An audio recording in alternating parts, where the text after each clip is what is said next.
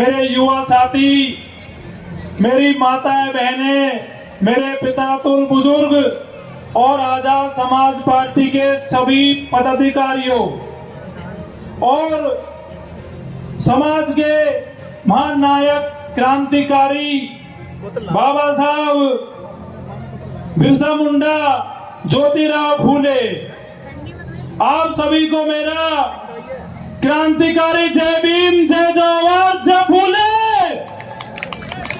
साथियों, आप आज यहाँ दौसा की इस पावन धरती पर जो हम यहाँ इकट्ठा हुए हैं, जो संविधान बचाओ यात्रा भाई ने मध्य प्रदेश से 10 सितंबर को निकाली थी और आज 29 सितंबर को इस दौसा की पावन धरती पर पहुंची है।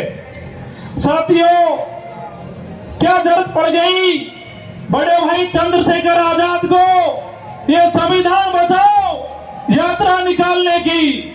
इस पे आप विचार करिए। साथियों, आपने कुछ दिन पहले देखा होगा, टीवी में देखा होगा, सोशल मीडिया पे देखा होगा कि प्रधानमंत्री जी नरेंद्र मोदी जी के इकोनॉमिक एडवाइजर काउंसिल कमेटी के जो चेयरमैन है विवेक देबरॉय, उनका कहना था कि अब नए संविधान की हमें जरूरत महसूस हो रही है। मैं उस विवेक देबरॉय और प्रधानमंत्री नरेंद्र मोदी जी से कहना चाहता हूं कि ये जो भारत देश है, ये 70 साल से बाबा साहब के लिखे संविधान से चल रहा है। अगर कोई गलतफहमी है आपके दिमाग में तो पहले तो उसको आप निकाल देना, क्योंकि जब तक बाबा साहब की औलादें जिंदा है इस संविधान को कोई हाथ नहीं लगा सकता। नरेंद्र मोदी जी, सत्ता आती रहती है, सत्ता जाती रहती है। जो संविधान बाबा साहब ने लिखा है वो अजय है और अमर रहेगा जब तक बाबा साहब की औलादें जिंदा है। और आपसे मैं कहना चाहता हूं मोदी जी, आपको बड़ा शौक है बदलने का, तो आपको अगर बदलाव करना है तो दलित पर हो रहे अत्याचार में बदलाव करिए, आदिवासी पर हो रहे अत्याचार में बदलाव करिए, देश की भुखमरी को बदलिए, देश में जो करप्शन हो रहा है उसको बदलिए।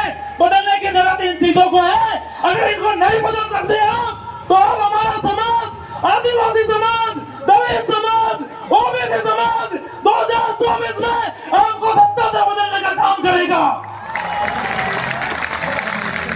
आप जो ये सत्ता का घमंड दिखाते हो, आपके मन में जो करते हो, आपने सारे सरकारी संस्थान बेच दिए, सब कुछ बेच दिया। अब आपकी मंशा ये है कि जो देश चल रहा है शांति प्रिय ढंग से उसको भी नहीं चलने दे, तो आपके इन इरादों में आप कभी भी कामयाब नहीं होंगे। साथियों, मैं कहना चाहता हूं और मैं धन्यवाद देना चाहता हूं बड़े भाई चंद्रशेखर को, जिन्होंने ये मुहिम, ये मिशन शुरू किया।